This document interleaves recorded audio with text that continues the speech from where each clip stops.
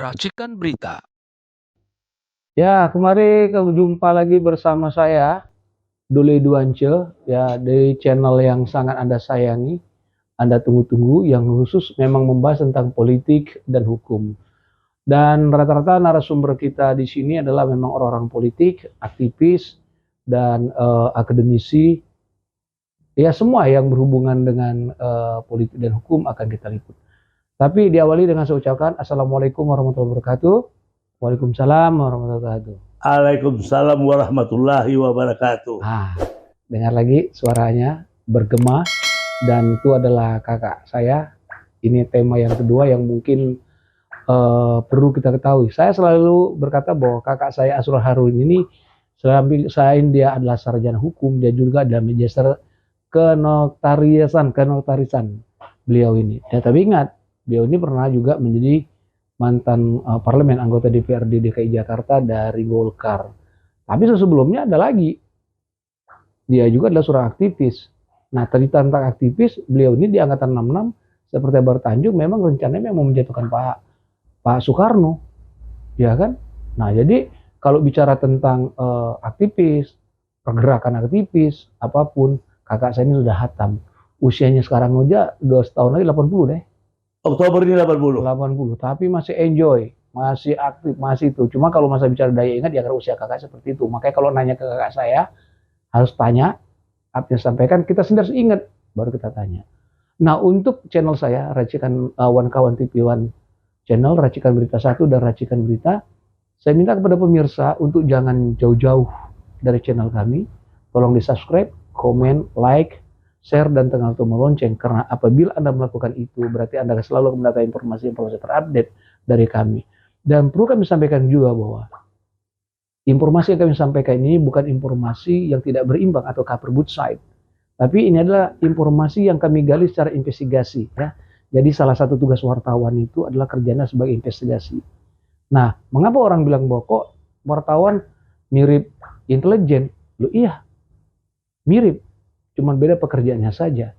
Kenapa? Kalau intelijen mengamati dengan pandangan matanya dia, wartawan mengamati dengan pandangan matanya dia. Kalau kami menyebarkan berita itu berdasarkan kebutuhan berita, kalau intelijen harus memiliki soal hal yang sudah dilalui tahap yang berikutnya. Nah, untuk itu perlu kami sampaikan juga kepada pemirsa di rumah, ya. Untuk hari ini tema kami banyak. Yang pertama yang akan saya tanyakan kepada kakak saya ini, ya Asrul Harun SHMKN, adalah tentang beberapa hal. Yang pertama adalah usia dia masih muda, sekitar 10 tahunan. Dia sendiri sudah melihat bagaimana kejamnya namanya PKI, ya, kejamnya Belanda kepada tempat tinggalnya dia, ya, hingga kakak saya itu sendiri berpindah dari tanah Ranah Minang ke daerah Sumatera Utara, Medan, dan malah sekarang bahasanya lebih banyak logatnya ke gaya-gaya Medan, tegasnya apanya, tidak ada bahasa-bahasa mendayu-dayu seperti berbahasa basi seperti orang Padang pada umumnya. Nah, untuk itu saya akan tanyakan kepada kakak saya langsung, orangnya langsung, ya, dan beliau sekarang masih aktif, dan dia adalah pustaka yang hilang, dan akan saya korek, kalau dia nyimpang dikit saya lurusin lagi.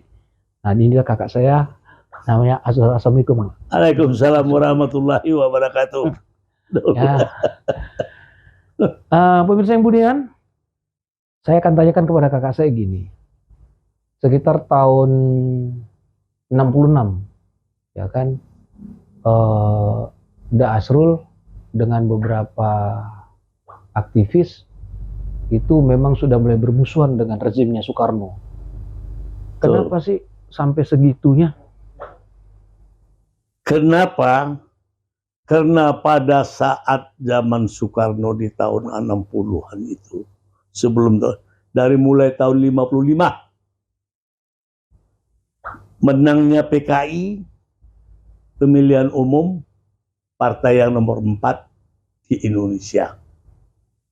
Jadilah dia Aidit dirangkul oleh Soekarno. Di Medan pada saat itu, di lingkungan kecamatan kami di kota Medan, tempat saya tinggal, dekat rumah saya itu ada seorang ibu ketua Gerwani, namanya Ibu Siti Mariam, orang Padang. Yaitu dia ketua Gerwani Di Medan. di Medan. Yaitu anaknya Bustanul Arifin. Ibunya Bustanul Arifin. Ibu dari Bustanul Arifin. Oh, orang tuanya Bustanul Arifin. Oh. Yang melarikan ke Jakarta ini kawan saya itu juga yang saya ceritakan tadi, yang sudah meninggal 2 tahun yang lalu, 2 bulan yang lalu. Ajudannya, orang kesayang Pak Benny Intel. Kawan saya, sahabat saya yang bawa larinya ke Jakarta ini. Jadi di tahun 55, umur saya 10 tahun. Ibunya ini menjual tanah perkebunan PTP di Tanjung Merawa.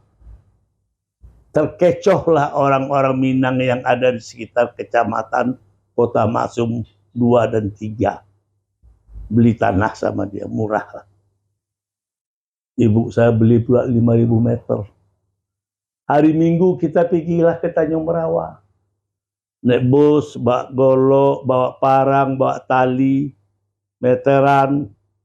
Patok-patoklah tanah perkebunan tembakau. Terkenal ke perkebunan tembakau di Medan itu. Tembakau Deli di Tanjung Merawa. Sampai sekarang? Sesudah kami patok-patok, siang habis selesai makan, istirahat, datanglah polisi nangkap kami. Saya berdua dengan ibu saya. Adik nenek saya juga dengan anak-anaknya.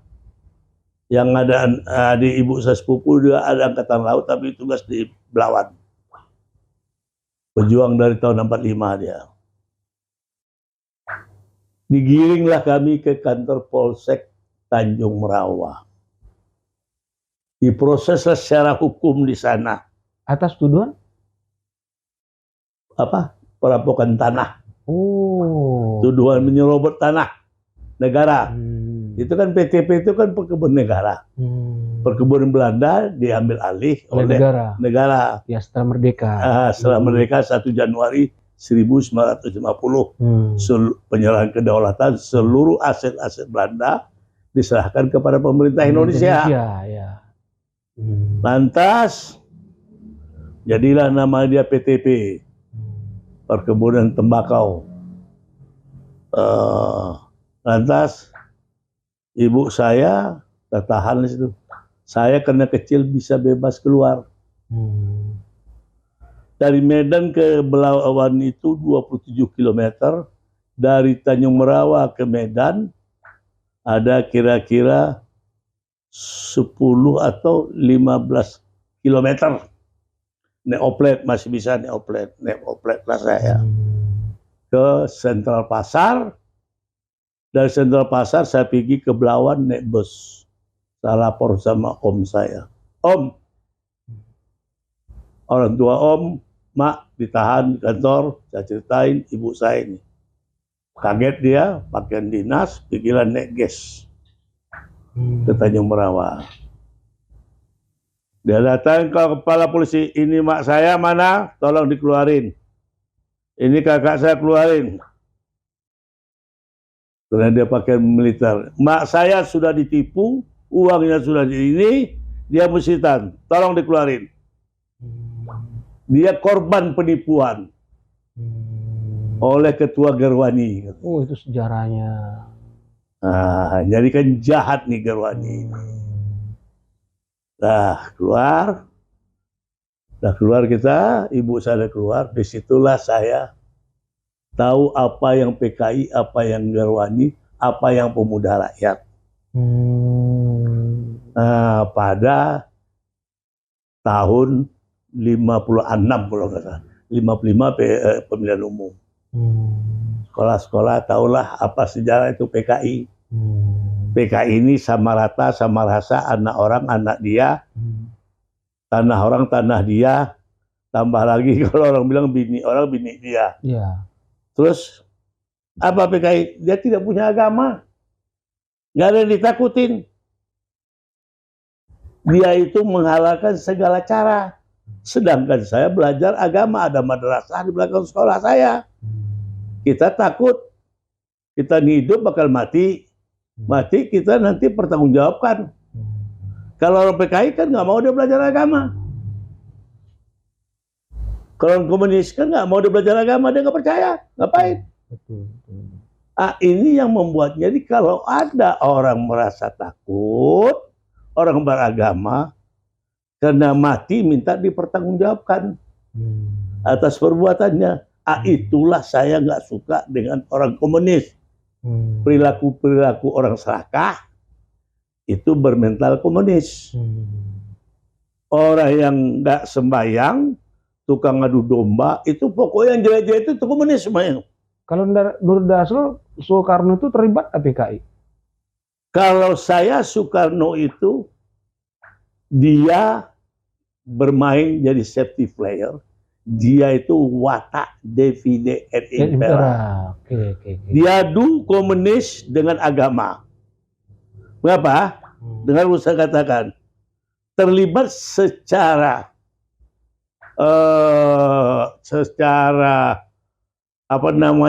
secara all out tidak. Cuman dia menyuruh secara tidak langsung. Pengamatan saya. Apa sebabnya? Soekarno ini takut sama orang Islam. Banyak orang tidak tahu kan. Mengapa? Apapun tidak. Dia dulu sama-sama sama Kahar Muzakar di Surabaya, di Cokro Aminoto, sama Kartosuwiryo. Kan itu yang berontak sama Soekarno. Hanya pecah kongsi. Pecah kongsi DI, nama Darul Islam. Kahar Muzakar juga. Sama yang di Aceh, si Don Brue. Jadi Soekarno ini takut. Padahal dia orang Islam. Padahal dia, Soekarno ini Islam KTP. Oh. Okay. Kalau menurut aku, Islam KTP beda-beda tipis sama Jokowi. Kenapa dia takut dengan Islam? Apa karena nih DI di Jawa Barat ini Kartosuwiryo kan melawan Soekarno. Bukan, maksudnya kenapa dia sampai takut dengan Islam? Ya karena ideologi Islam ini bertentangan dengan komunis. Oh iya. Jadi untuk Islam jangan berkuasa, diadu sama komunis. Jadi dia politik adu domba. Diadu. Dia kan nasionalis. Betul. Ada Masumi, ada NU. Makanya bisa menjadikan dia ideologinya yang dibangun dia itu Nasakom. Nah, dengan PD Perjuangan, Megawati sendiri apakah sama dengan cara Soekarno? Buah itu kan nggak jauh dari jatuh dari pohon kelapa. Oh. Kan nggak jauh. Siapa Megawati, siapa Soekarno. Nggak jauh lah perilakunya. Saya tahu kali lah bagaimana Soekarno ini. Saya mengikutin. Jadi Megawati ini dengan BPIP aja yang dia buat. Tahu BPIP nggak? Tahu, badan pengamalan ideologi Pancasila. Dari 7 diperas menjadi 3. 3 diperas jadi 1. 1 apa? Gotong royong. Siapa yang membiayai BPIP ini? Sampai sekarang kan nggak jelas. Aku tahu. Itu keterangan si Mahfud sendiri. Junior aku tuh ketua hariannya, si Yudi Profesor. Mundurkan di Yud, kenapa kau keluar dari BPIP? Kau kan ketua harian. Ngapain kau bang jadi ketua BPIP? Coba abang pikirlah.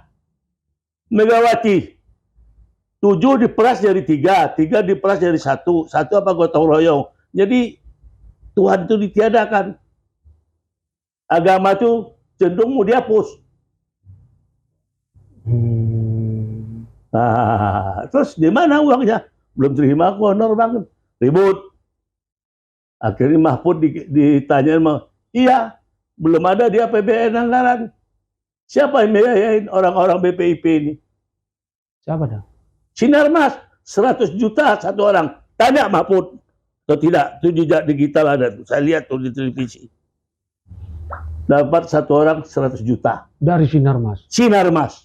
Wah, gila. Sekarang saya bongkar, banyak orang lupa. Omnibus Law, Mahfud juga biang keroknya. Aku katakan di sini. Apa buktinya? Buktinya, Ah. dia sosialisasi ke kampus. Aku pernah kasih komentar di sini YouTube tentang Mahfud. Dia sosialisasi, nggak begitu. Diajak mahasiswa yang baru-baru jadi mahasiswa fakultas hukum, dia diskusi di Universitas Andalas, di mana sosialisasi. Manalah mengerti anak baru. Kalau mau itu diskusi, taruhlah mahasiswa yang mau tamat, baru kasih bahannya, baru diskusikan. Bukan mahasiswa baru belajar. Bukan mahasiswa baru belajar. Aku lihat ini bangsat juga Mahfud ini, gue bilang. Oh, anak mahasiswa mana nggak ngerti, dicecer Mahfud kan? Itulah Mahfud karena dia piaraan Jokowi. Tapi Mahfud bukan PKI kan? Mahfud bukan. Oh, tapi pikirannya PKI. Pikirannya Yang PKI. ya karena pikirannya apa, duit. Semua itu duit. Iya. Orang dekat si Jokowi sama cukong-cukongnya itu kan duit. Jadi BPIP itu jelas dari pernyataan Yakub bahwa pernyataan Mahfud bahwa yang ngedanain perseorangan 100 juta dari Sinarmas. Sinarmas. Jelas. Jelas. Aku bisa pertanggungjawabkan kalau jejak diri kita di televisi dan ngomong. Oke. Nah sekarang gini, kembali lagi ke masalah Soekarno dan Megawati. Ya. Nah, Asrul kan tahu dia suaminya Topik Kemas. Ya. Megawati. Nah, sejauh apa Asrul kenal dengan Topik Kemas? Saya kenal Topik Kemas sewaktu dia akan jadi datuk di Sumatera Barat. Ketua penyelenggaranya Gubernur Sumatera Barat, kenalan aku dari aku kecil di Medan. Namanya Zainal Bakar, orang Pariaman. Jadi aku diminta datang untuk Jakarta, keundang sama kasih. Diundang karena dalam rangka apa? Ya karena Topik Kemas kan kamu di seremonial kan menjadi datuk di Sumatera Barat. Kesukuan? Bukan suku, jadi datuk kepala suku adat. Sukunya si Kumbang. Maksud saya itu. Ke sukunya Topik Kemas sama aku. Si Kumbang juga. Nah, kami itu si Kumbang itu sangat dekat dan kuat kekerabatannya. Bersaudara. Sampai sekarang. Sampai sekarang tidak boleh kawin sesama suku Kumbang kalau orang Minang. Nah, masalah Topik Kemas dengan Megawati tadi? Nah, aku melihat si Panda ada tuh. Podcastnya si Panda. Panda tuh karena aku dari SMP sampai SMA. Panda podcast ditanya orang bagaimana Topik Kemas dengan Jokowi ini, Pak Panda. Apa Pak Topik Kemas welcome dia dicalonkan jadi presiden? Panda ngomong, kalau perlu telepon Panda. Ini, Pik, kata si Panda ini sama Topik Kemas. Kau setuju nggak Jokowi dicalonkan sama ketum? Megawati itu. Megawati sama ketum gitu. Dia kan kenalnya dekatnya sama Topik Kemas. Si Panda ditahan di RTM, Topik Kemas ditahan di RTM dulu. Sejarahnya seperti itu. Nah, pernah cerita sama aku. Lalu kata Topik? Jokowi ini kau lihatlah matanya. Dia ini aus kekuasaan. Dan menghalalkan segala cara. Nggak bisa dipercaya. Ternyata terbukti. Ya sekarang terbukti. Terus kau tukang ramal juga, Fik ya. Kau lihatlah itu matanya Jokowi itu, katanya. Jadi aku tahu orang ini berbahaya.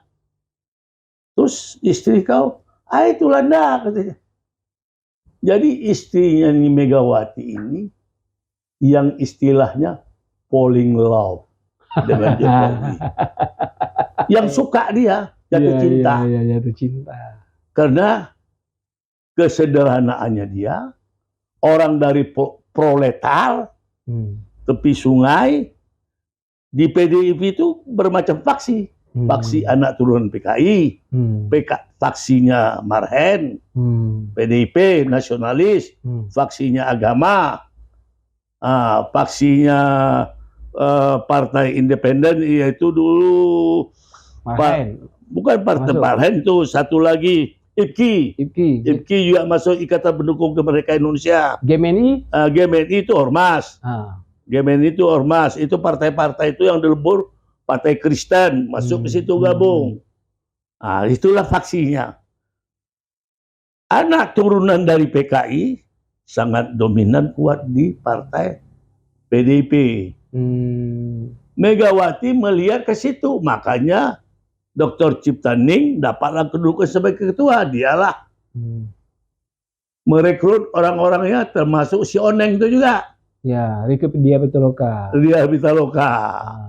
Jadi itulah yang mensosialisasikan sehingga masyarakat yang bodoh bisa direkrut untuk menjadi PDIP. Nurut Dasrul, Megawati tahu nggak kalau sebelum dia kebongkar ya, sebelum Jokowi kebongkar kalau dia itu anaknya Niti Harjo ya, maksudnya tahu nggak bahwa dia itu anak PKI, anak PKI?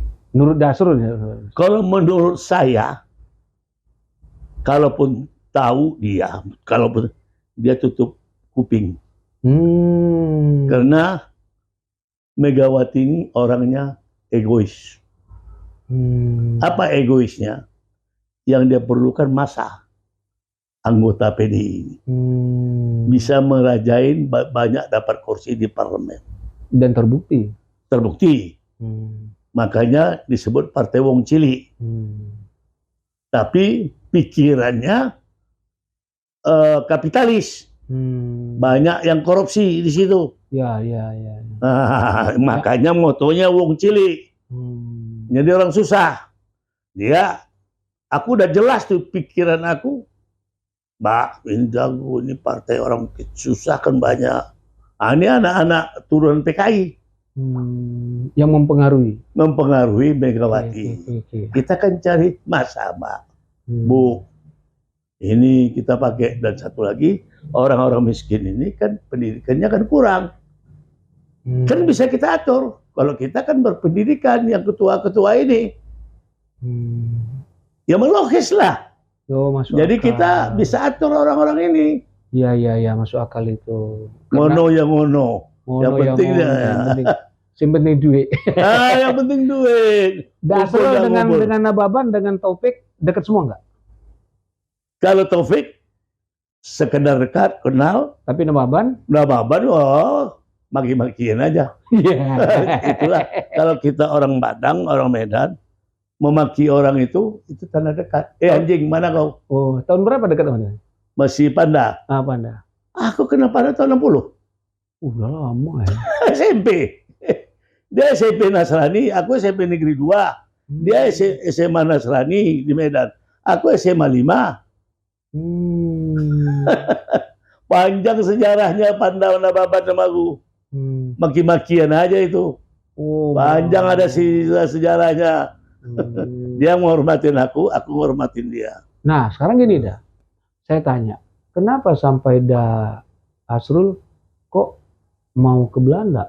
Padahal waktu itu Dasrul kan masih rame-rame dan pergerakan. Wah, pertanyaan kau ini bagus sekali. Aku ini kan hidup single parent. Ibuku aja, bapak aku umur 2 tahun udah cerai ibu aku sama bapak. Itu meninggal lah bapak aku. Meninggal apa cerai? Cerai dulu. Baru meninggal? Baru meninggal. Oke. Jadi yang biayain aku sekolah ini sampai kelas 2 SMA itu adalah ibu. Anak 3 orang. Tahun 49, aksi polisional 1 dan kedua, 48 dan 49, ibu aku takut kali sama Nika. Namanya Nika. Belanda masuk itu. Kami ditembakin, rumah nenekku dibakar, rumah aku adik ibu aku satu mati pejuang. Lantas kami lari ke hutan, ditembakin sama bomber itu. Tapi Tuhan memberi kami umur panjang. Itu kejadian di Padang. Di kampung Pariaman. Ya maksudnya di Padang, di Sumatera Barat. Di Pariaman. Nanti ke sejarahnya lagi. Karena adik ibu aku meninggal, ditakutin orang dia. Pejuang. Yang satu angkatan laut tadi itu, yang kebelawan dari Untung hidup panjang dia, jadi dia pindah terakhir di rumah, kepala juga dia. Jadi disitulah pulang kami habis rumah. Ibu aku diobrak-abrik sama Belanda, tentara nikah. Ibu aku berdagang, hidupin kami bertiga, mau dibunuh sama Belanda. Kalau itu dulu namanya di Kansas, dipotong lehernya. Takutlah ibu aku, akhirnya berdagang pergi ke Pariaman dari kampung. Aku pun sedih lah. Untung ibu aku panjang akalnya, dia pandai menjahit segala macam, terima jahitan. Ibu aku pandai bikin kecap, pandai bikin sabun. Dia berdagang lah tuh kecap sama sabunnya dia jual itu. Pulang dari Pariaman, kain dia bawa aja lagi. Untuk menghidupi 3 orang anaknya. Dan paling takut sama tentara Belanda. Karena aku suka baca sejarah, pendiri-pendiri Republik ini semuanya berpendidikan Belanda. Pulang kemari berjuang. Seperti Bung Hatta. Iya, Santarir. Jadi dari situlah aku mencontoh. Kepingin aku tamat SMA mau pergi ke Belanda sekolah. Oh, itu sejarahnya. Ya. Jadi kecil-kecil aja aku sudah ditipu oleh pejuang kemerdekaan. Jadi kan ditipu aku, ibu aku ditipu. Pejuang kemerdekaan dikasih makan, aku ngasih makan. Pakaiannya jemurin, sepatunya aku bantu juga bersihin. Pejuang kemerdekaan. Dengan harapan apa? Kalau Belanda sudah usir, anak ibu ini sekolah dibiayain sama negara. Sampai namaku pun mau dirubah sama dia. Dikasih namaku nama Jakardin, aku ingat. Jakardin. Si Jaka. Ingat aku. Ganti nama Asrul. Jadi berarti udah merdeka, aku nggak lagi, ibu aku juga sekolahnya biayain aku sekolah. Ya kan? Sehingga rumah nenekku pun dibakar, rumah nenek ibu aku. Habis satu keluarga kami punya. Logistik segala macam. Karena membantu pejuang kemerdekaan. Mempertahankan kemerdekaan. Pada itu mempertahankan. Mereka udah 45. Belanda mau menjajah lagi. Nikah. 48, 49. Itulah. Jadi aku sangat dendam, sakit lihat Belanda. Ibu aku takut. Makanya udah ke Belanda. Mau ingin sekolah ke Belanda. Tercapai. Tercapai dengan syarat aku, someday, next time, I will be there. Oh, balik lagi. Cita-citaku. Iya. Jadi cari duit lah aku di Anam-Anam. Sebagai intel juga cari duit. Kuliah aku di UI. Guru besar aku 2 orang yang nggak bisa aku lupakan. Satu Profesor Valarin Kirchhoff, guru besar antropologi waktu itu dia S2. Yang satu lagi Profesor Ronin Ibaskara, dulu dia S1, doktorandus titelnya. Tamat di UI waktu itu? Nggak, karena demo ikut segala macam. Ya, tamat berdagang juga, cari makan, biaya ibu aku harus kucarikan juga. Iya. Yang saudaraku kerja kapal. Aku lah yang laki-laki tinggal di Jakarta cari duit. Gimana ibu aku makan sama kakak aku perempuan. Tiap minggu untunglah aku jadi tukang catut. Berkat doa ibu aku rezeki, aku tiap hari dapat duit. Minimal 500.000. Waktu satu hari. Zaman itu? Zaman itu. Udah berapa miliar itu? 500.000 tiket pesawat terbang waktu itu Elektra ke Jakarta ke Medan 455.000. Jadi aku itu kalau ke Medan itu, orang ke Medan, ke Padang, Surabaya itu 100% aja bayar. Karena aku punya kawan mau oke tiketnya itu sama aku bayar. Apalagi Cina bayar, kadang-kadang 1 juta bayar sama aku. Jadi satu hari aku minimal tuh dapat duit 500.000. Dari uang itulah uang tiket itu berangkat kumpulin dulu. Dari sebelum devaluasi. Sebelum devaluasi. Devaluasi kan nggak ada lagi yang takutnya di pesawat mahal tiket. Berdagang lah aku udah punya modal. Berdagang aku sambil demonstrasi juga. Oh, kayaknya yang gini contoh deh, sambil berdagang, ada penghasilan, lalu Ah. demonstrasi. Kalau sekarang sepertinya dia demonstrasi, pulang ke rumah nggak ada nasi. Beda. Aku ngasih kawan-kawan makan. Aduh, masuk penjara nangis. Aduh, Ya. aduh, ya, ya, ya, ya. Nyerang istana, nyerang Subandrio, Haji Peking, aku maju. Ya kan? Nurunin Soekarno, apa yang teringat? Tuntutan Trikora. Bubarkan kabinet di Wikora, bubarkan PKI, turunkan harga. Itu tuntutan dia bertiga tuh. Dan itu terkenal sampai sekarang, Trikora. Ya, kalau tidak ada Soeharto, mungkin aku tidak mungkin bisa ke Eropa. Dulu orang hanya ke sekolah ke Ceko dan ke Moskow. Ya, karena negara komunis. Ya, komunis. Ya. Nah, kawan aku, anak tokoh Marhen di Medan itu, yang bernama Ani Idrus, suaminya Haji Muhammad Said, ketua PNI Kota Medan, anaknya sekolah ke Jerman Timur. Sidaya kawannya aku, Tribuana Said, itu kawan aku, abangnya menantu BM dia, Indra Buana, ya, dia Tribuana, Indra Buana abangnya. Oh, nyampe di Belanda, apa yang udah kerjakan? Nyampe aku di Belanda, aku pertama daftar, terima aku sekolah, diterima di Vrije Universiteit, Fakultas Sosiologi. Ambil jurusannya, pertama tuh aku ke Jerman dulu, Januari tahun 70. Tahun 72 baru aku masuk ke Belanda, bolak-balik aku ngurus, selidikin persyaratan semuanya. Langsung aku menghadap ke dekannya Fakultas Sosiologi di Vrije Universiteit. Lulus testing aku, lulus ujian. Di sini kuliah bayar 200, kemudian 1 semester. Mengapa Anda mau kuliah di sini bayar, sedangkan di Jerman Anda tidak bayar uang kuliah? Ya, tahulah bangsa aku tukang, kalau istilah Medannya tukang angkat, istilahnya bahasa istilah Medan Rasul, tukang sulo juga, Prof. Belanda ini kan ahli sosiologi. Jerman mana ada koloninya. Makanya aku belajarlah di sini. Kalian ahli sosiologi. Negara kalian ini kecil sebesar Jawa Barat, aku bilang. Tapi bisa menjajah Indonesia yang luasnya dari pantai timur Amerika sampai pantai barat sampai pantai timur. Dari Moskow sampai ke Dublin, gue bilang. Luasnya Indonesia itu. Bisa kalian jajah. Berarti kalian tahu apa yang kalian pelajarin. Watak-watak bangsa Indonesia ini, suku-suku ini. Itu saya mau belajar kemari, gue bilang. Taman? Taman nggak? Nggak, 2 tahun aja aku. Kenapa nggak ditamatin?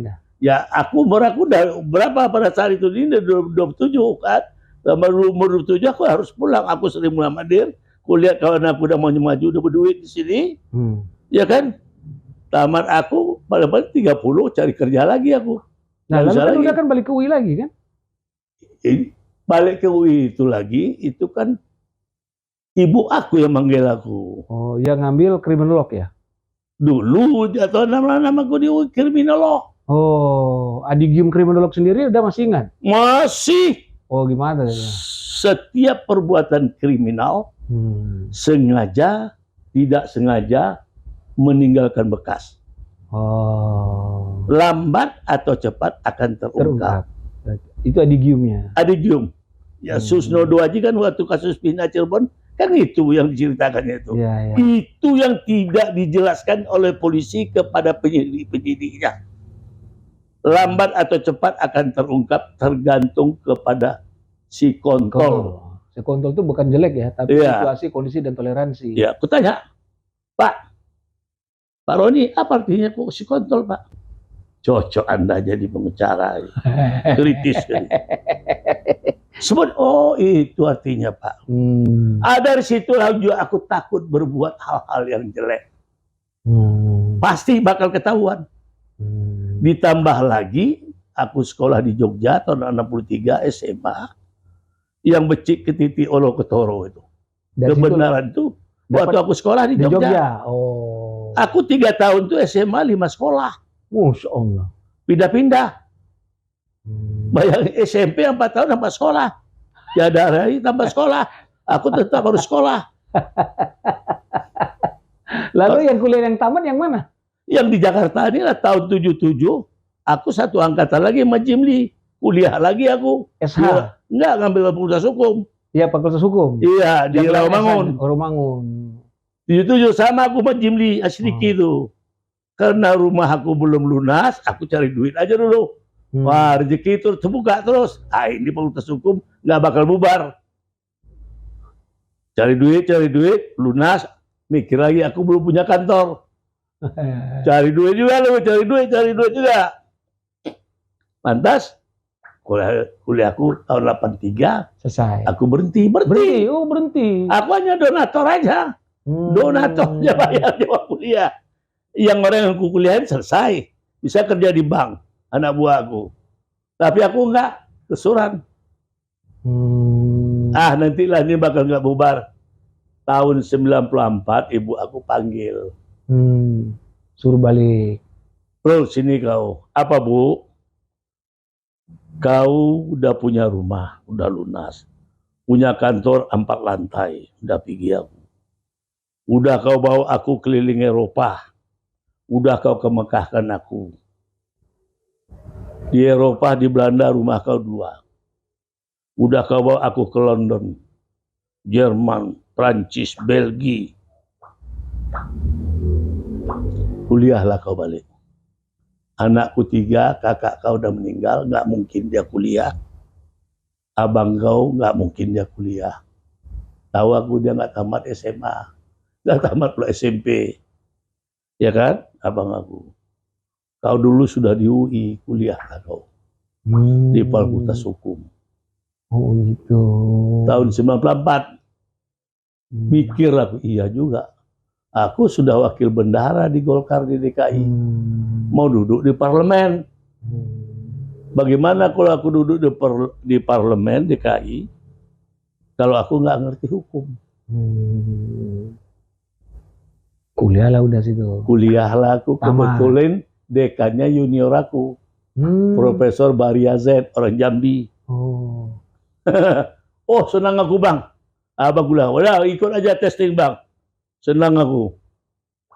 Lulus. Ketemu lagi Muhyar Yara, ketua GBNI. Wah, senang aku, Bang. Abang kuliah, Bang. Sini, Bang. Ya. Sini, banyak yang senior, junior aku itu senang. Sudah pada lulus semua, sudah punya jabatan semua ada ya? Ya, aku kuliah. Apa yang bahagianya aku di UI itu kuliah. Masuklah adik aku, junior aku, ini ketua GMNI. Muhyar Yara, pengacara dia, dosen, asistennya Profesor Harun Al-Rashid, bapaknya si Refli Harun, mengajar lembaga kepresidenan. Enggak, sebentar, kalau sepengetahuan saya Harun Al-Rashid itu bukan bapaknya Refli.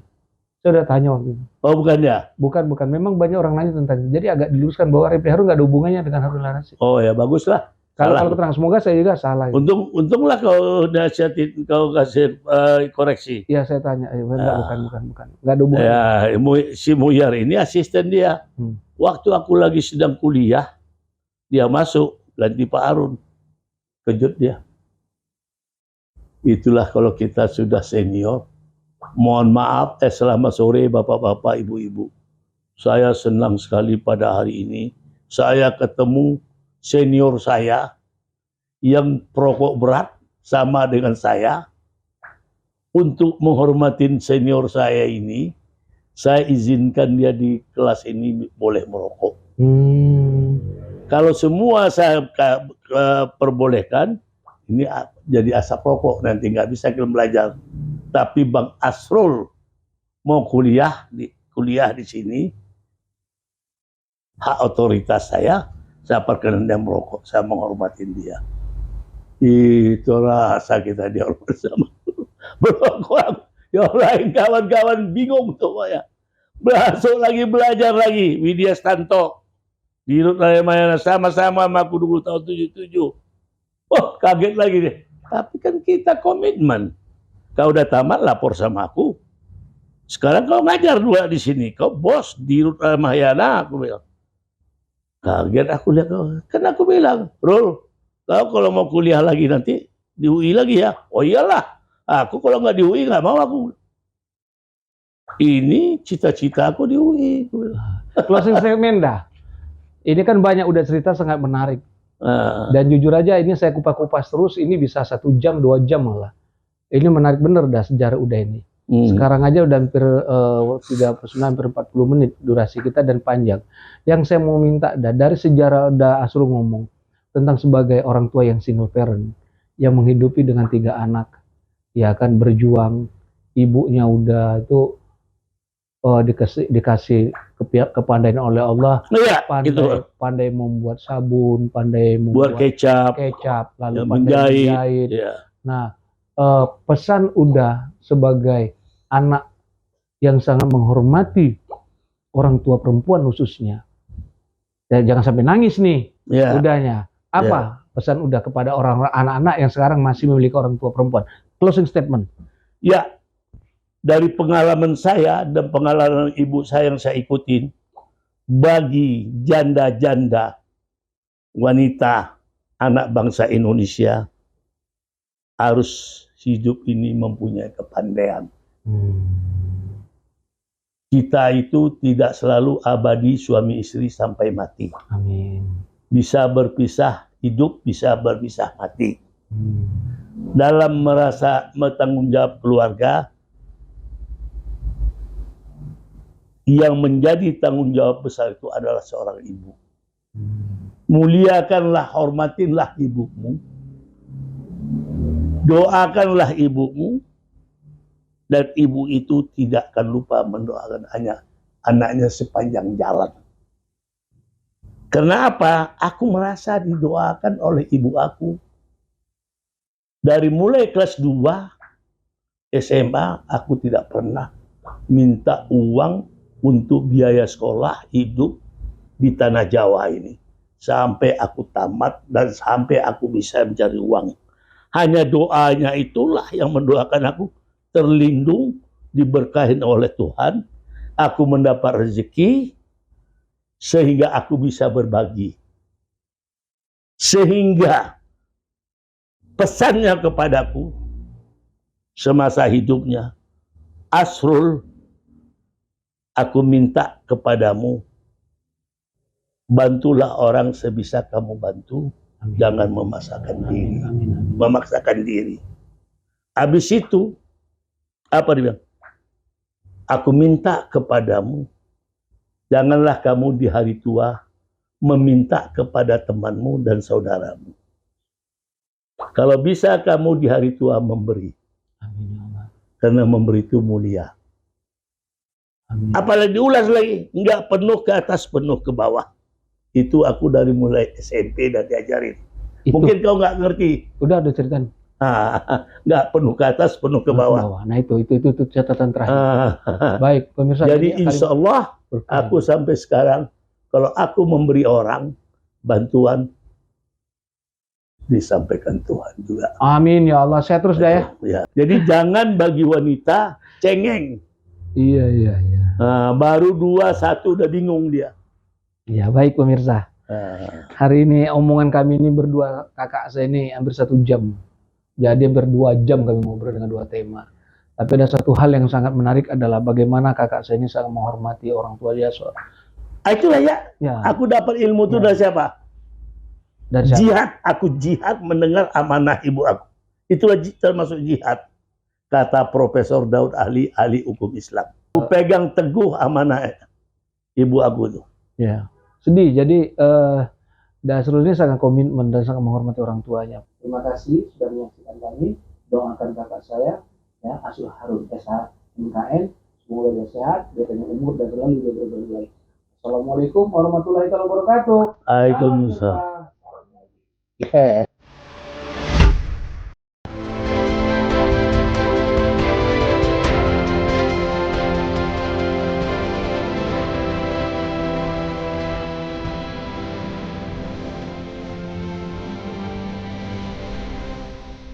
Racikan Berita